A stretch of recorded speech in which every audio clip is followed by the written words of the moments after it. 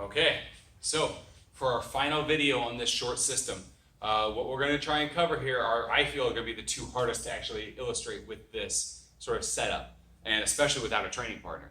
So again, as we can start to get together more often, as we can start to be together more throughout this coronavirus pandemic, then you'll start to see a little bit more of these videos where I actually have somebody swinging a stick at me, because it'll make a little bit more sense. I'm just trying to show you a way that I have been practicing the same sort of drills that I used to love to practice when I had somebody who could constantly be sitting there feeding me batting practice. But we don't have that right now. So this is one of the ones that I feel is a little bit harder to illustrate, and I'll do my best. We're going to do the seventh principle of Lakasa Nasano Kale, which is going to be the evasions, right? We do these two different ways. The first way is moving your base, right? So moving your base is typically thought to be the easier option, right? You're just going to step out of the way, step back. You might drop your slide back.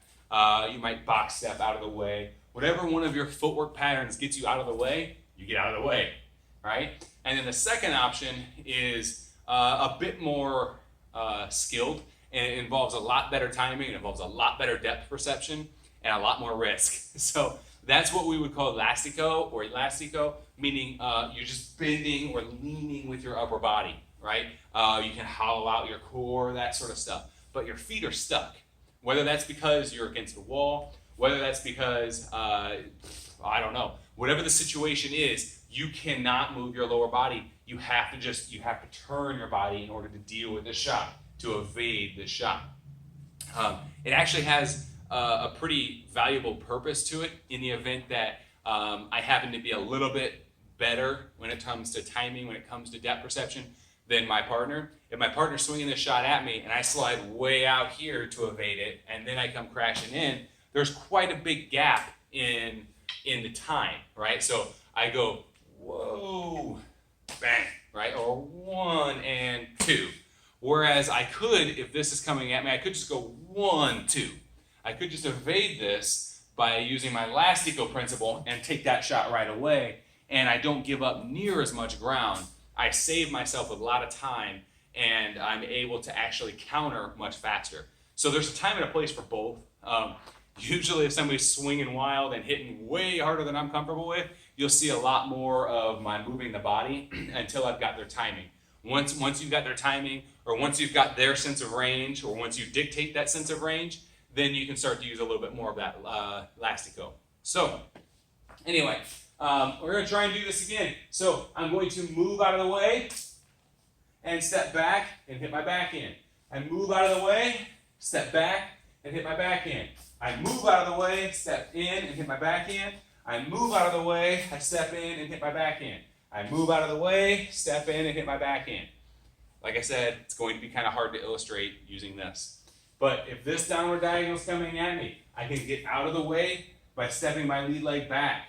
I can step in with my key lock.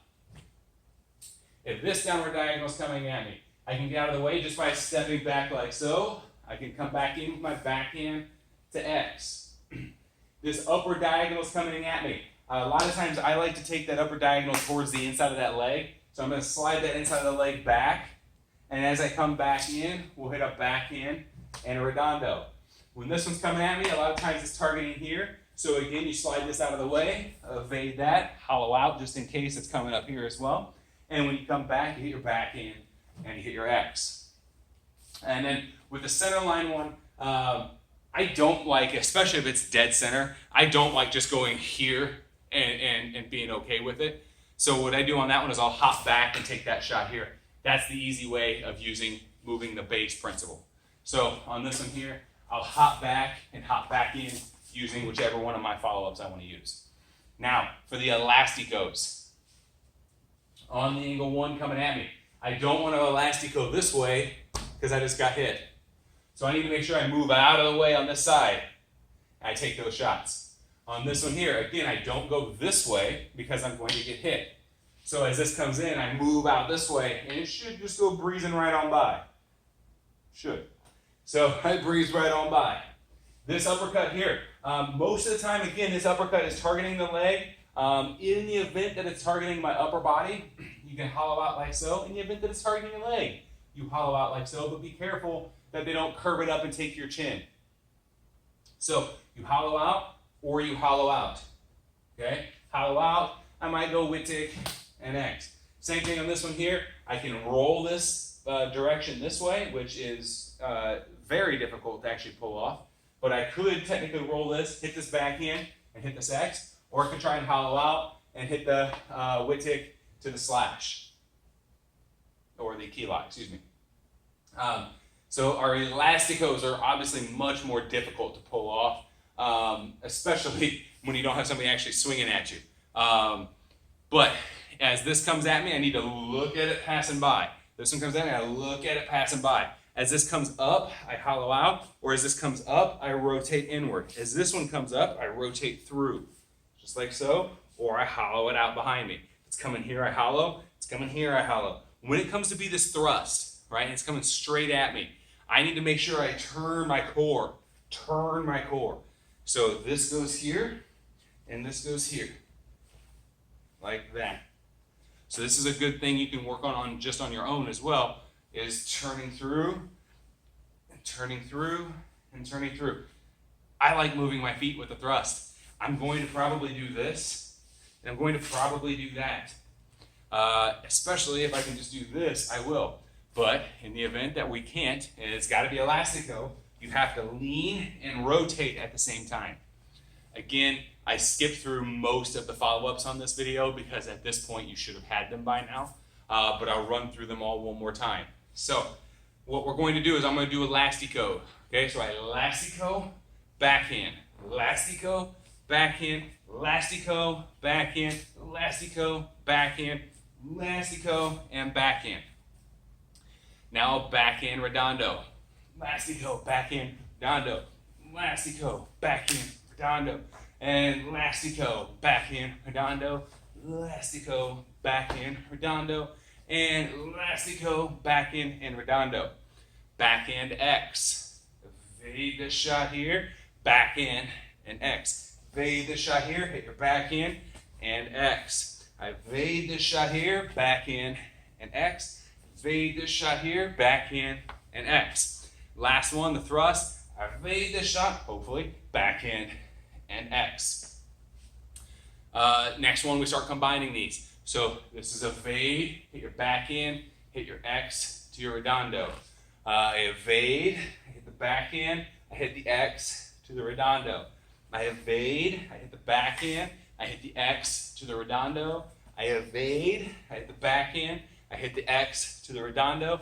And I hopefully evade, hit the backhand, I hit the X and the redondo. And then we have the backhand redondo X. So I evade, backhand redondo, and X. Evade, backhand, redondo, and X. Evade, backhand, redondo, and X. Evade, backhand, redondo, and X. And then thrust, backhand, redondo, and X. Kilot, okay? So I evade, Wittig, X, or I evade, Wittig, slash. I evade, Wittig, X, or I evade, Wittig, slash, and slash. And then I'll evade the thrust this direction, and I'll hit the Wittig, thrust, or slash and slash, excuse me.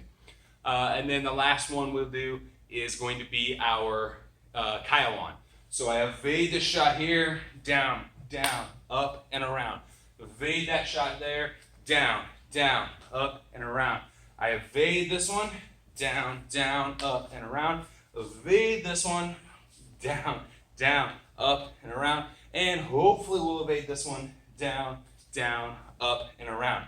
Now, I'm well aware that by me standing here in front of this camera doing this, I look goofy.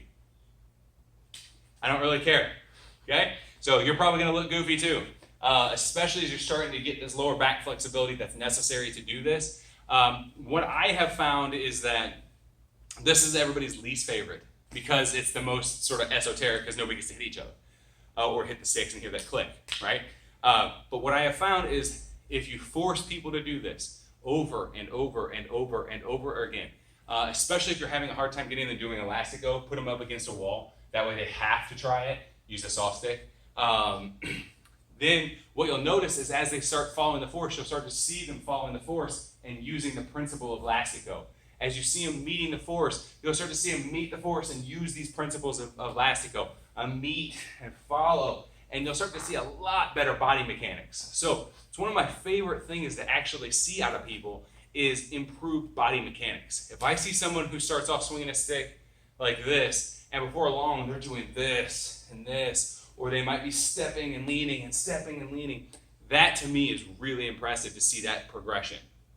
And I think that this is one of the best ways of teaching that progression in that individual, is to make them sit there and get this elastico principle down pat.